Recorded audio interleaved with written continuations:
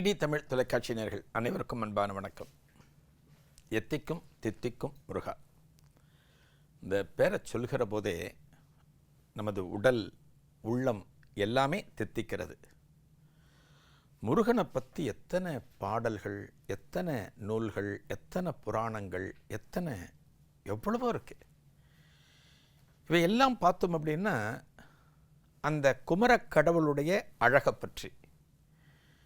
முருகன்னாலே அழகுன்னு அர்த்தம். நம்ம பார்த்தோம், முருகன்னா இளமைன்னு அர்த்தம், முருகன்னா கடவுள் தன்மை கொண்டவர்னு அர்த்தம். இந்த முருகன்கிற வார்த்தைக்கு, முருகுங்கிற வார்த்தைக்கு அத்தனை அர்த்தம் இருக்குது. ஆனால் இந்த குமரக்கடவுள் ஒரு ஆலயத்தில், தமிழகத்தில் ஒரு ஆலயத்தில் வலது கால் பின்னத்தோடு காணப்படுகிறார். பின்னம்னா சேதம், சேதம்னு அர்த்தம்.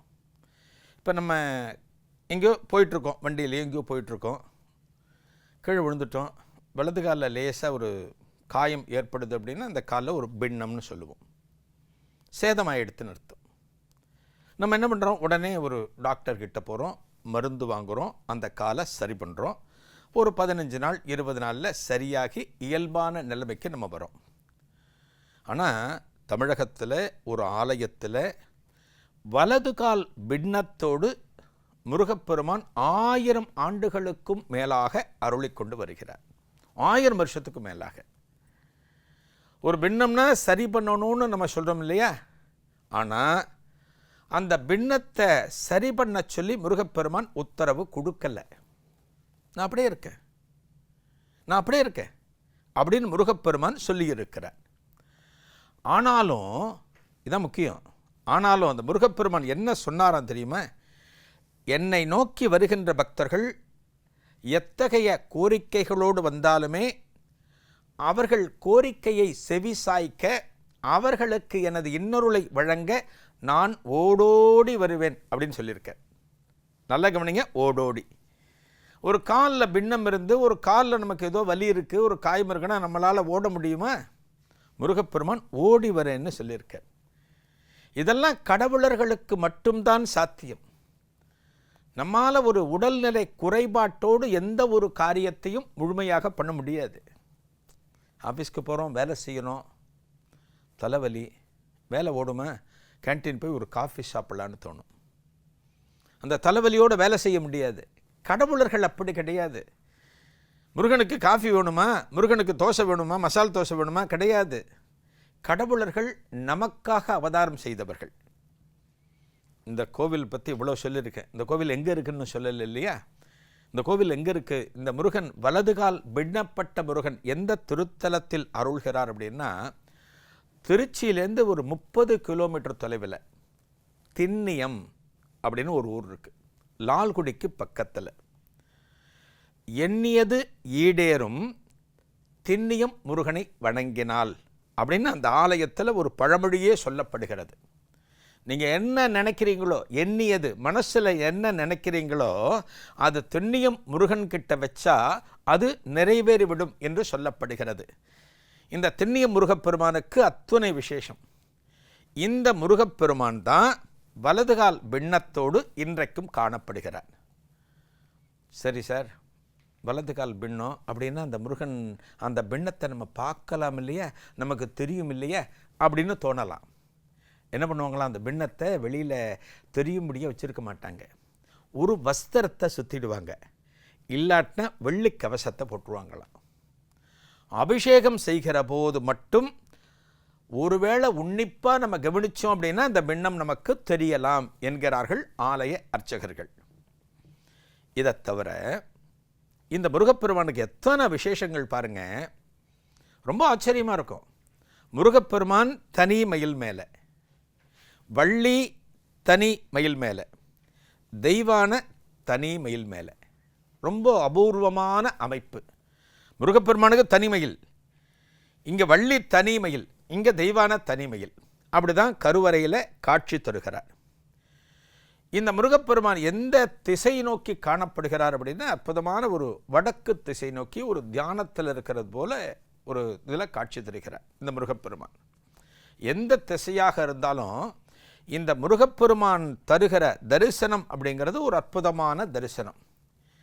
இந்த முருகப்பெருமான் ஆலயத்தில் இந்த கருவறையில் நின்று நம்ம தரிசனம் பண்ணினோம் அப்படின்னா, வெளியில் நின்று தரிசனம் பண்ணலாம், இந்த பக்கம் ஈஸ்வரனை தரிசனம் பண்ணலாம். ஒரே சமயத்தில் முருகனை பார்க்கலாம், ஒரே சமயத்தில் இந்த பக்கம் ஈஸ்வரனை பார்க்கலாம். இந்த அமைப்பு எங்கேயுமே அவ்வளவா கிடைக்காது நமக்கு. சரி, இவ்வளவு விசேஷம், ஒரு 1000 வருஷ பழமை அப்படின்னு சொல்கிறோம். இந்த ஆலயம் எப்படி வந்தது, இந்த மூர்த்தங்கள் எப்படி இங்கே பிரதிஷ்டை செய்யப்பட்டன அப்படின்னு நமக்கு தோணும் இல்லையா? இந்த முருகப்பெருமான் எப்படி இந்த திண்ணியம் ஆலயத்தில் பிரதிஷ்டை செய்யப்பட்டார்னா, இவர் திண்ணியத்துக்கு வர வேண்டியவரே கிடையாதான். உங்களுக்கெல்லாம் ராஜராஜ சோழன் தெரியும். ஒரு 1000 ஆண்டுகளுக்கு முன்னால் வாழ்ந்த சோழ ராஜா. அவன் தான் தஞ்சாவூரில் பிரகதீஸ்வரர் கோவிலை கட்டினா. நமக்கு ராஜராஜ சோழன் பற்றி நம்ம நிறைய படிச்சிருக்கோம். சிவபாத சேகரன் என்று அழைக்கப்படக்கூடிய மன்னன். சிவன்னா அத்தனை உசுர் அந்த ராஜாவுக்கு. அவனுடைய தமக்கையார் அக்கா பேர் குந்தவை பிராட்டியார்னு பேர். குந்தவை பிராட்டியார். ராஜராஜ சோழன் கதையை படிச்சிங்க அப்படின்னா இந்த குந்தவை பிராட்டியார் வரும். அந்த அம்மாவுக்கும் பக்தி ரொம்ப அதிகம். அந்த அம்மா என்ன பண்ணினாங்க, ஒரு நாளைக்கு ஒரு கிராமத்தில் முருகப்பெருமான் விக்கிரகத்தை பிரதிஷ்டை பண்ணணும், வள்ளி தெய்வானையை பிரதிஷ்டை பண்ணணும் அப்படிங்கிறதுக்காக ஒரு தேர்ந்த ஒரு சிற்பிகிட்ட சொல்லிட்டு திருவடிவத்தை அடித்து அதை கொண்டு போகிறாங்க, பிரதிஷ்டை பண்ணுறதுக்காக எடுத்துகிட்டு போகிறாங்க. அதுதான் இந்த முருகன். தனி மயிலில் சொன்ன பார்த்தீங்களா, முருகன் தனிமயில், வள்ளி தனிமயில், தெய்வான தனிமயில்.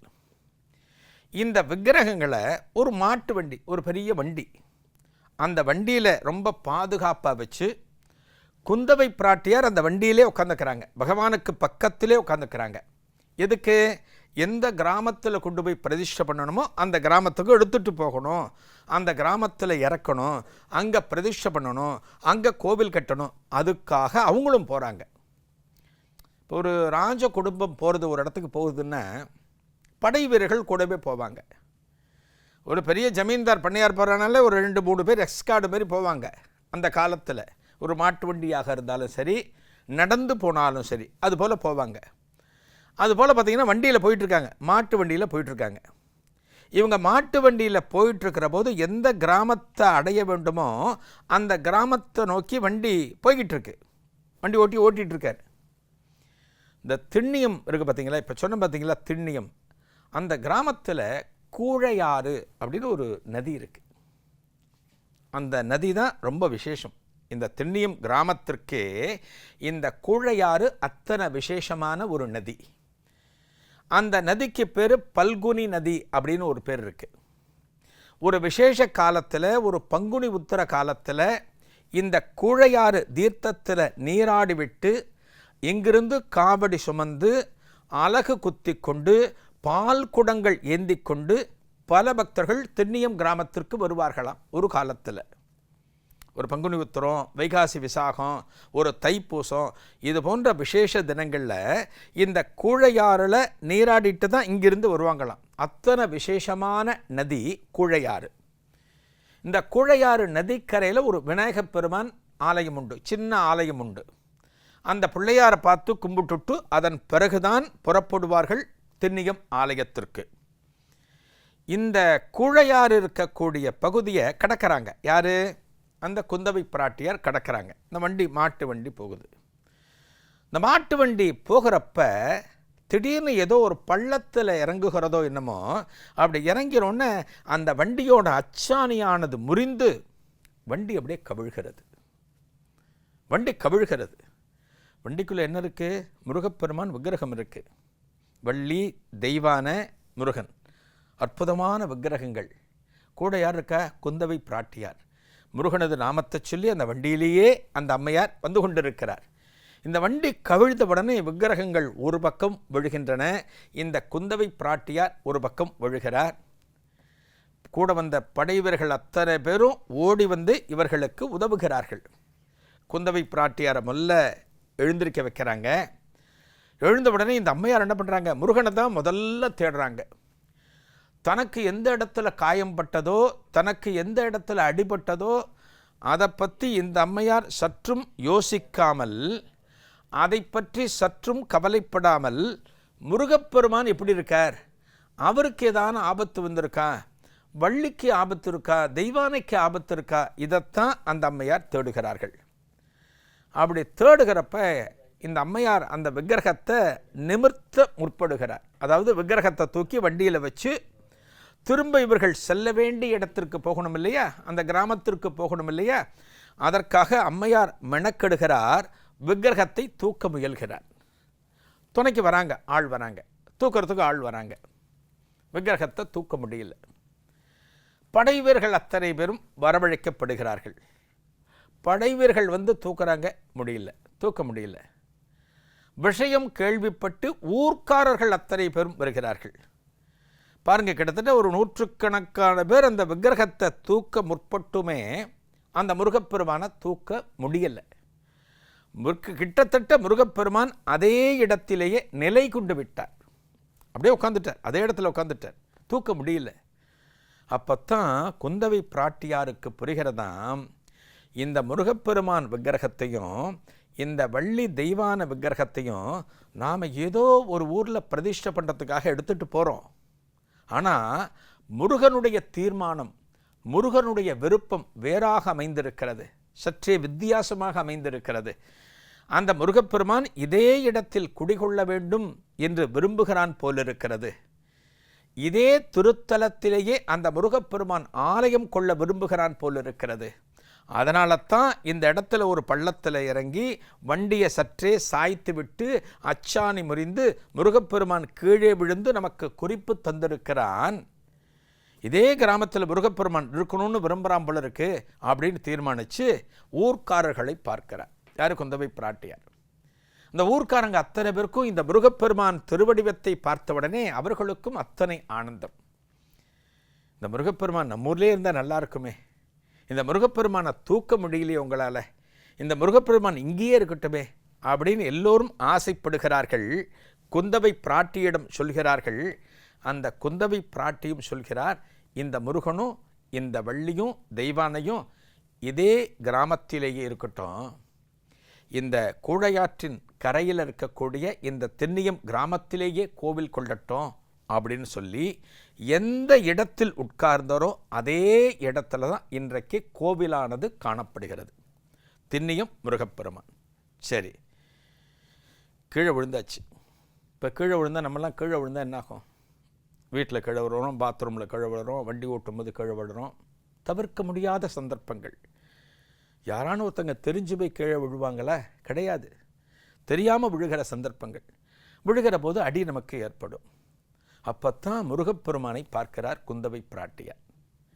முருகப்பெருமானை பார்த்தா முருகப்பெருமானது வலது காலில் ஒரு சிறு பின்னம், சேதம் காணப்படுகிறது. இந்த முருகனோட காலில் ஒரு சேதம். ஆஹா, இந்த முருகனோட காலில் ஒரு சேதம் இருக்கே, இதோடு எப்படி பிரதிஷ்டை பண்ண முடியும்?